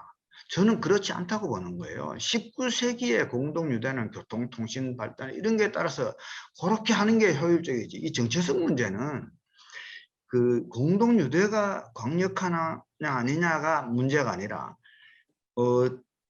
그 협동조합이 누구를 위해서 어떠한 금융을 하느냐 이것을 그리고 이제 아까 대잘된 같은 데 보면은 매우 상업적으로 가더라도 자회사를 통해서 그 가치를 실현하는 뭐 노동인민금고인가 이런 것도 있고 임팩트 금융도 하고 다양하게 합니다. 그런 걸 통해서 이 정체성이라는 가치의 문제였지 네가 처음에 어떻게 태어났는데 그러면은 그 은행이 최초의 은행이 보험을 상품을 팔았습니까? 그러면 방카수령서 하면 안 되지요. 그러니까 왜 우리한테만 너는 이러니까 요게 정체성이면 요것만 해라. 그리고 우리 다들 인정하잖아요. 규모의 경제 시대에 그렇게 해서 그 숭고한 가치도 실현할 수가 없습니다. 예. 되게 답답해서 뭐 드린 말씀입니다. 이상입니다. 네, 감사합니다. 아마도 공동유대라는 개념은 당연히 저희가 가져가야 될 건데 저희가 상당히 우리나라가 형식적으로 공동유대 개념을 어떻게 보면 가져가는 측면이 좀 있는 것 같고요. 실질적으로 정말로 이런 어떤 형식적인 걸 떠나서 그 공동유대를 가져갈 수 있는 방안에 대한 고민이 아무래도 필요한 것 같습니다. 예. 일단 그 김건식 대표님 주신 질문에 대해서 한재준 교수님 뭐 아까 골목 상권 얘기도 하셨는데 답해 주시면 감사하겠습니다. 감사합니다. 두 분께 제 각각 주신 것 중에 제 생각을 말씀드리면요. 그 동반성장위원회에서 중소기업 적합업종이라는 걸 지정을 했거든요. 사실 이게 금융 쪽에서 한다는 건 제가 보니까 지금 처음 얘기하는 것 같아요. 그다음에 아까 말씀하신 것 중에 제가 감독 당국이 아니고 저는 일개 교수여서 저는 이제 그런 제안을 드리고 사실 저축은행 중앙회든 신협 뭐 이사장님이시던 이런 걸 화두로 좀 제기를 해주셨으면 그래서 뭐 그 말씀을 제가 드린 거여서 사실 이제 동관위에서는 이제 적합 업종을 갖다 업종을 저희가 지정을 했고요. 그 다음에 업종이 있고 규모에 따라서 지정을 해서 사실 대기업들하고 정경련은 항상 이걸 갖다가 이 규제를 없애달라고 지금 로비를 하고 있지만 아마 이게 MB 정부 때 지정이 된 일로 현재까지 오고 있고 나름 장점도 있다고 생각을 합니다. 그래서 사실은 저도 뭐 굳이 말하자면 소재지를 지역으로 하고 소상공인 자영업자가 있을 것이고 또 하나 뭐 전 사실 더 과격하게 얘기를 하면 뭐 주택담보대출 얼마 이하는 은행은 하면 유동화를 다 하고 기업 금융기관이나 상호금융권은 들고 있도록 그러니까 자기 부계 갖고 있도록 뭐 하는 것도 저는 뭐 과격하게 생각해 볼 수 있지 않을까라는 생각을 해보고요. 다음에 박 이사장님 말씀하신 공동유대를 제가 사실 신협 MBA 직원 대상으로 강의 한 3년을 지금 해왔습니다. 그래서 저도 이게 말할 때 굉장히 그렇게 지금 허무시할 거라는 거 저도 알고요. 그 다음에 아까 지금 이규옥 박사님 잘 말씀해 주셨는데 저희가 실질적 고민 없이 형식적으로 돼 있다는 거에서 저도 동감을 합니다. 근데 방안을 찾기가 참 어렵고 제가 공동유대로 학생들하고 토론도 많이 했습니다. 한 40에서 50대 되신 직원분들하고. 근데 제가 3년을 해봤는데도 지금 정확히는 모르겠는데 어쨌든 현재보다 나은 방안은 있을 것 같고요. 또 하나는 이사장님께 드리고 싶은 말씀은 대자르뱅을 말씀을 해주셨고 사실 또 아까 라보뱅크도 커졌다고 했는데 은행입니다. 사실 커진 게. 그러니까 아마 아시고 계실 텐데 저는 수협하고 농협이 처음에 이상하다고 생각했는데 수협도 은행이 있고 농협도 은행이 있습니다. 사실 그래서 그쪽 파트는 은행으로 돌리시고 대자르뱅 저도 출장 가봤는데요. 은행 파트는 공동유대 아무 관심이 없고요. 뭐 이사장님도 아시겠지만 그 지금처럼 상호금융으로 남아 있는 데는 고민을 하고 있습니다. 그래서 이런 식으로 저는 절충안을 가져갈 수밖에 없지 않을까라는 생각입니다. 제가 뭐 이렇게 매도를 들려고 한 말씀은 아니고요. 저도 이제 공동유대하고 신협, 협동조합이 지금 사실은 요즘 사회적 경제에서 사실 실질적으로 필요한 거라서 저는 상당히 공감을 하면서 그래도 이런 비난이 있으니 뭔가 좀 대응을 하시도록 뭐 그냥 계속 지금 규모의 경제에서 이 얘기하면 어떠냐라고 하면 감독 당국도 먹히지 않고요. 저도 제가 얘기하는데 먹히지 않거든요. 그래서 어쨌든 이런 식으로 대안도 찾으면서 고민을 해주실까 하는 의미를 드렸고 저 기분 상하셨다면 하여튼 뭐 예, 제가 사과를 좀 부탁드리겠습니다. 제가 말씀을 좀 드릴게요. 우리 이 박사님 제가 좀 말씀드려도 되겠습니까? 네, 괜찮습니다. 예. 전혀 기분 상한 거 없고요.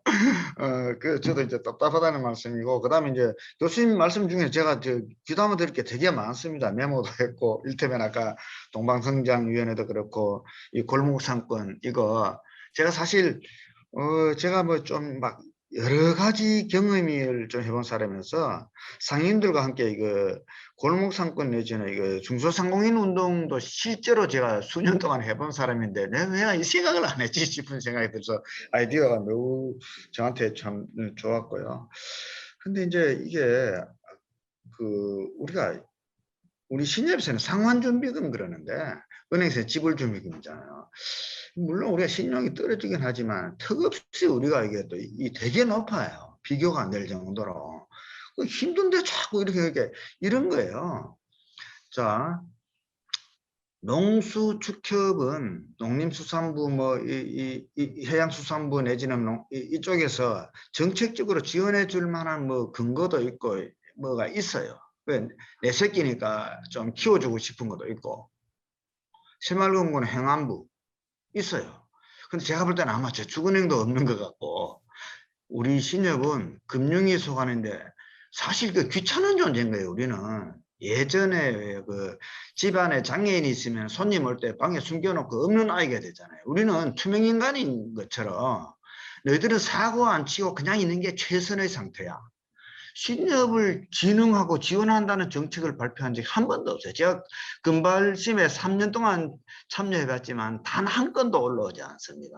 무조건 하지 마라, 안 돼, 너 이거예요. 그래서 이런 것들이 우리는 그래서 협동조합청도 주장하고, 그래서 이게 진흥하고 그 역할을 할 수 있는 거는 안 만들어져. 아까 이제 뭐 해살론 말씀도 누가 하셨는데.